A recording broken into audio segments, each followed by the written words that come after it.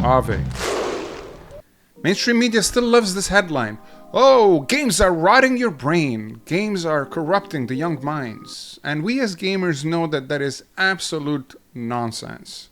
There is not a single medium that builds character and empathy inside a human being as much as a game does. While games can be for fun, they also are educational in the sense that they give us experiences which we would have never been in if it weren't for living through the eyes of another character. They'll have us fight in a battlefield for glory, or save a child by going through a snowstorm, or trying to survive with a can of beans and a flashlight. No cutscene or narrator can tell you how to feel those things. Those feelings are going to come from within. It's a catharsis only you can create for yourself, inching forward through the mess. A study from the University of Wisconsin-Madison found that players who actively embodied characters in video games developed a higher capacity for empathy in real-life scenarios. That's the difference between watching a movie unfold or stepping into the mess yourself. In Papers, Please, you're sifting through documents, feeling the stress build as all these desperate faces are pleading to you, because a single-digit error or a single mistake that you make can end up denying a mother entry. And you're really into this moral burden all the time. You actually feel it, you live it. So the game isn't delivering a lecture to you. It actually traps you in this quiet horror of having power and not knowing how to use it well. And this teaches us some kind of self-control, morality.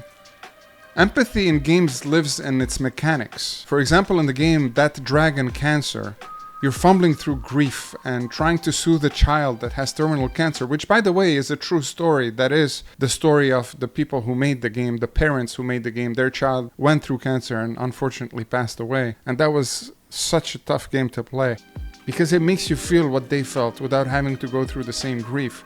But you share the grief with them. It builds you up, it makes you tougher, and gives you more empathy. It makes you realize that sometimes you're in a situations where nothing can help. No matter which button you press, no matter which decisions you make. It's a loss of control by design that makes us grow skin of our own. Books and films are powerful in their ability to generate emotions, for sure, but these are based on imagination and also on observation, because they're delivered to you, not created by you. Games push you inside the story and make you responsible for everything you do. Joel in The Last of Us becomes a vessel for desperation, for fear, and for guilt. You drag that baggage across all the abandoned malls and fungal ruins. You're making choices from a place of wariness and raw instinct. Those are your own. And failure is also part of the experience. Games offer space to misunderstand, to act selfishly, to act wrong, to reconsider, to see what would happen if you had a parallel life where you would take those decisions, but without all the negatives that might entail. And when you see all the negative results that you created, it really puts your moral compass back together. But it also makes you tougher, like in Souls-like games and games like Hades, for example, where you have to really persevere to reach the conclusion. You really have to persevere to beat the content. And games teach you to be perseverant. They teach you to get that confidence that you get with every little win. And those things translate into your real life. In Undertale, you're showing mercy becomes an evolving mindset. Characters remember your actions and the story bends around them. That kind of moral memory doesn't exist in other mediums. Interactivity creates responsibility, and dare I say it, personality. In Spec Ops: The Line, standard shooter mechanics guide your hand towards terrible decisions. And then the game shifts the tone and asks you why you acted this way. It's an emotional roller coaster that's created by your own momentum. So games give you room for quiet reflection. In Red Dead Redemption 2, a slow evening at a campfire lets characters reveal their regrets and their dreams to you. You start feeling attached to them. You start feeling like they're part of your family, part of your friends. Because it's a two-way street, a two-way communication. These are ambient choices, not mandatory. So the act of staying becomes an act of caring. Speaking of which, I felt so immersed in that game.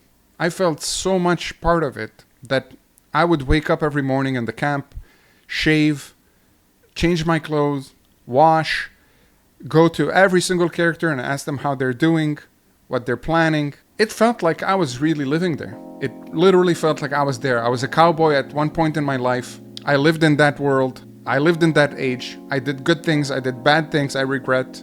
It doesn't feel like just entertainment. It feels like an experience, like a parallel life that I've lived. And in that sense, games are such a multiplier to your life.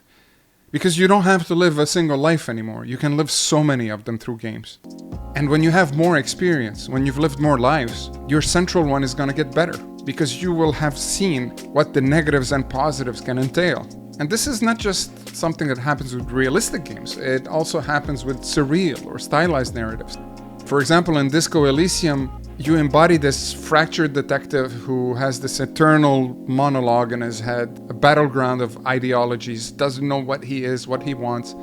But listening becomes a form of repair, and the way you interact with the world reflects the shape of your healing. Developers like Lucas Pope, Sam Barlow, and the team at Supergiant design systems around emotional nuance. In Spiritfarer, for example, you guide spirits through their final moments by preparing their favorite meals and offering quiet comfort. It's a ritual that's not scripted. It's kind of a personal exchange that carries weight because you help create them. There's no shortcut through that kind of interaction. These games slow you down and ask you to stay present, to stay in the moment. The emotional impact grows from time you invest.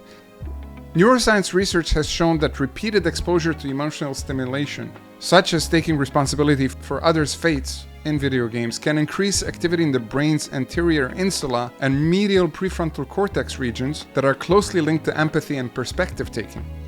This cognitive conditioning doesn't just stay within the virtual world, it actually spills out, subtly shaping how people respond to moral complexity, how we respond to pain, how we respond to struggles in real life. Pilots, they train with a computer before they train in a real airplane. They're actually playing video games. They're playing simulators. Why? Because they create this muscle memory that they can apply in real life when these conditions appear. There are situations that you cannot necessarily recreate in real life without taking really big risks or being in danger. The same goes for a lot of sports. A lot of studies in sports have shown that if you rewatch a certain action being done over and over again, a certain move, or you even imagine it in your mind over and over again, it's almost the same as practicing it on the court. You're creating muscle memory in your mind on how to react to certain situations without even having to be on the court practicing them. The simple fact that you're imagining or watching something over and over again creates that muscle memory in your head, which means that repeating certain actions in video games can literally affect how we think about those actions when they apply in our real life. And what if those video game characters are real people?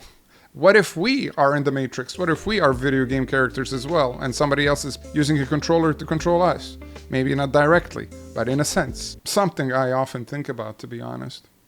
Maybe I'm crazy. But contrary to decades of bad press and political scapegoating, video games aren't numbing us. They're actually tuning us. This pixelated violence that made headlines is only a fraction of what games can do. The bigger picture is that it includes this quiet grief, this awkward tenderness, and unexpected moments of human connection. This medium has evolved, and with it, so have we. Video games, at their most thoughtful, teach compassion through repetition, through hesitation, through the small choices that we made in silence. They offer no guarantees that you'll feel something, of course, but they construct the scaffolding. They build the blueprint that allows those feelings to emerge in us. Each decision carries the echo of someone else's life. And it's in walking those paths that we start to understand more about our own.